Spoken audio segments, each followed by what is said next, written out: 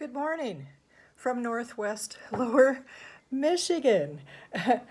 Thank you for joining me. This is my sixth attempt this morning at recording this video. Guys, I'm so inept at this technology stuff that I just figured out if you're going to hear me, I have to go into the settings on my phone and enable the microphone. That's how ancient I am. So I'm not even sure you can see me. I'm a mess. I just got caught in the rain. I was trying to mow my lawn before I did this, before it started to rain.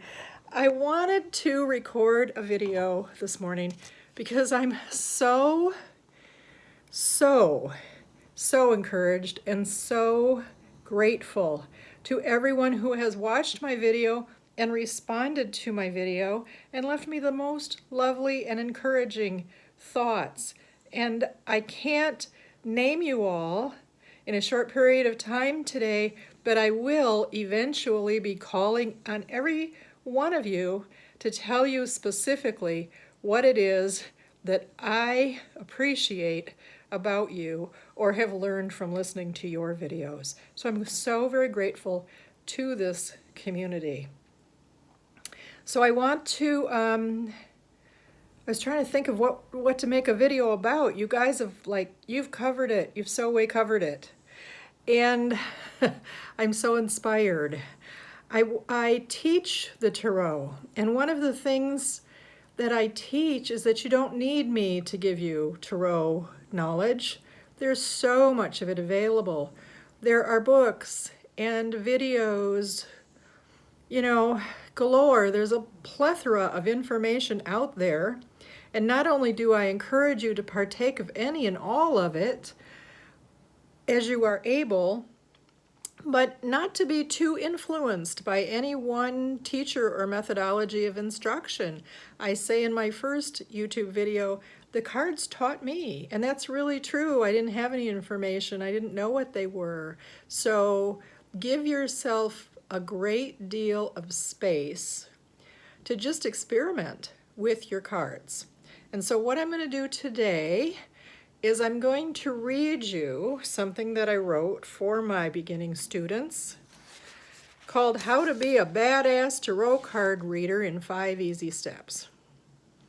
Now, the first thing I say to my students is that I do not teach people how to read the Tarot for exactly the reasons I just cited. Whew, I can't wear the glasses. They're going to fog up. What I do is I teach people how to be tarot card readers, and that's quite different. You have all the information available to you to learn how to read the cards and interpret them in your own unique way, and that's important. But what I can do is I can teach you how to be more confident as a tarot card reader. And I want to start out by saying, I want to give a disclaimer. Big disclaimer. If you do not want to expand your consciousness, if you do not want to have your mind blown, if you do not want to learn what your particular superpowers are, like your psychic abilities, peekaboo Rose, then don't read tarot cards. Throw them away, for God's sake. Get rid of them.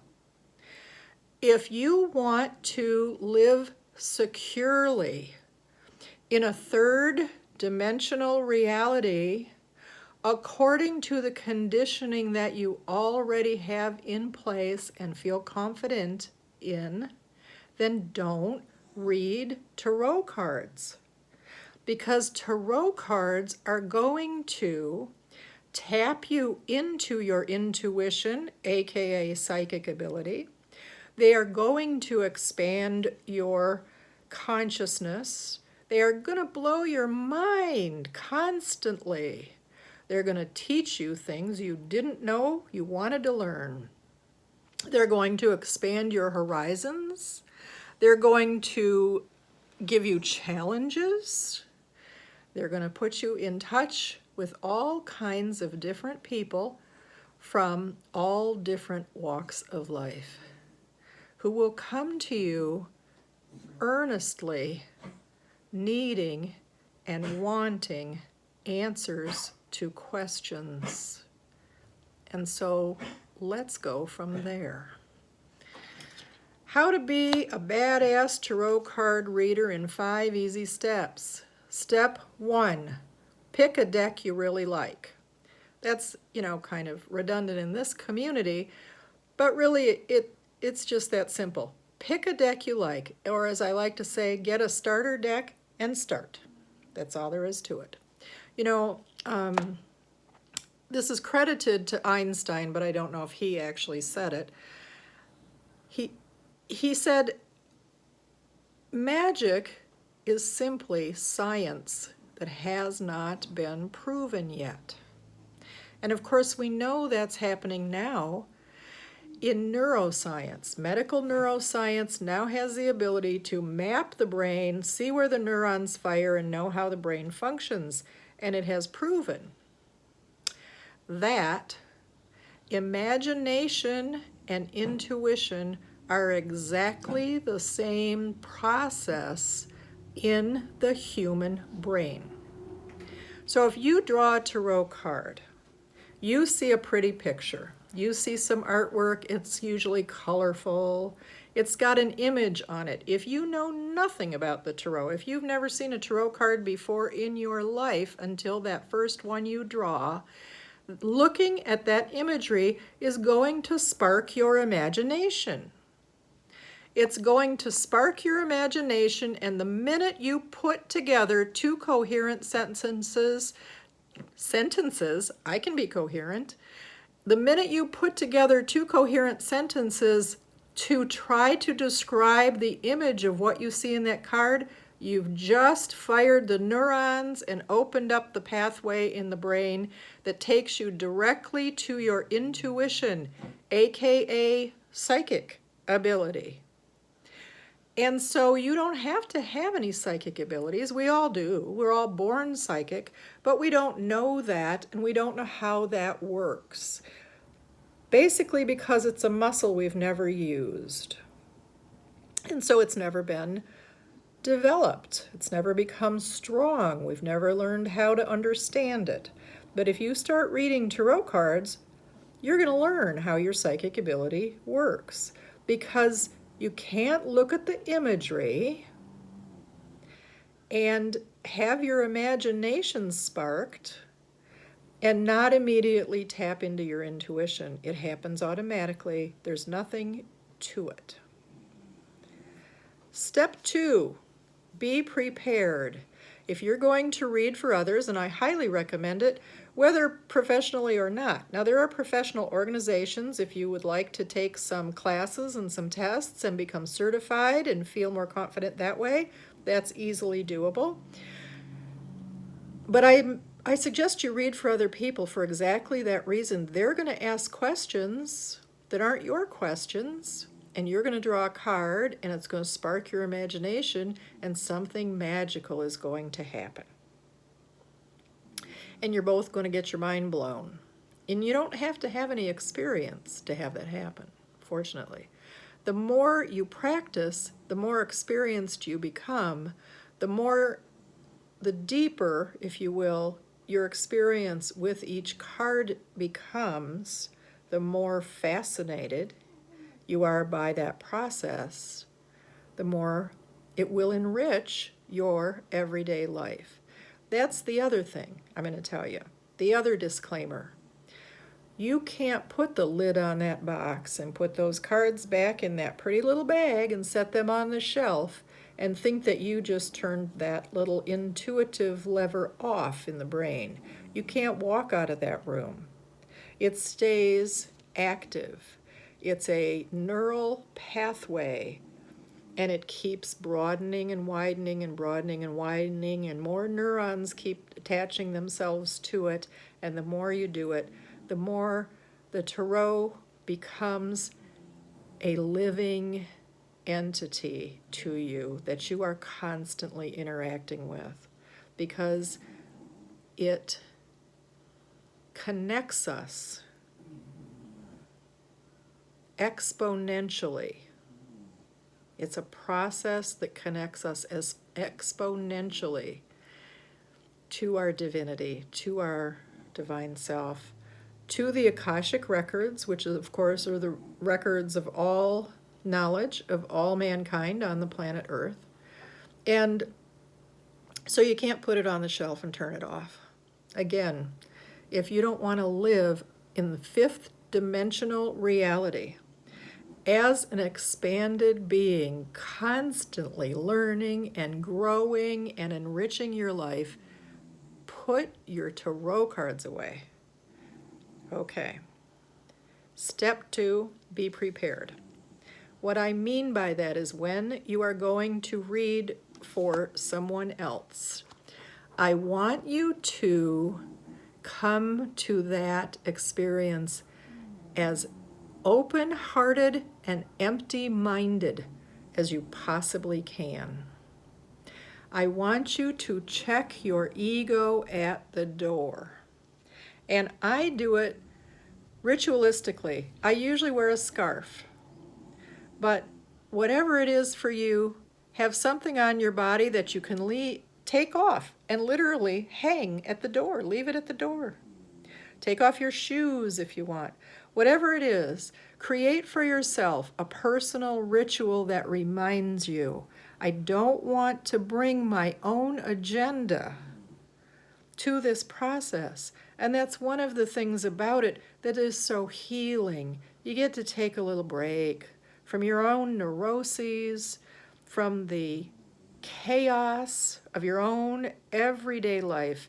Every time you gift someone else with a tarot card reading, it's a fantastic gift to yourself. You're both going to meet in the present moment and have an expansive experience. Check your ego at the door. That's all there is to it. Number 3, oh boy. Number 3, create your own rituals. We just spoke about that. I'm going to go back a little bit now that I'm looking at my notes. It's important to not overthink this process. And I always say show up clean and calm for the other person. And that's part of this creating your own ritual. So that's 2 and 3 kind of combined, if you will. Create your own rituals so that you show up calm for the other person. Oftentimes, my friends will tell you, I'm a neurotic mess much of the time. But I check that when I'm reading for someone else. It's not fair, and it's not healing, and it's important that we both get to have a break. So I'm coming to it as empty-minded as I possibly can. Whatever you have to do to make that happen. 10 deep breaths, something. Okay, number 4, very important. Be willing to be vulnerable and be willing to be wrong.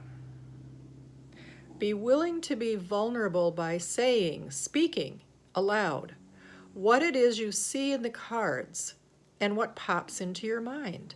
Don't judge it. Don't second guess it. It's not about you. So whatever pops into your mind, say it.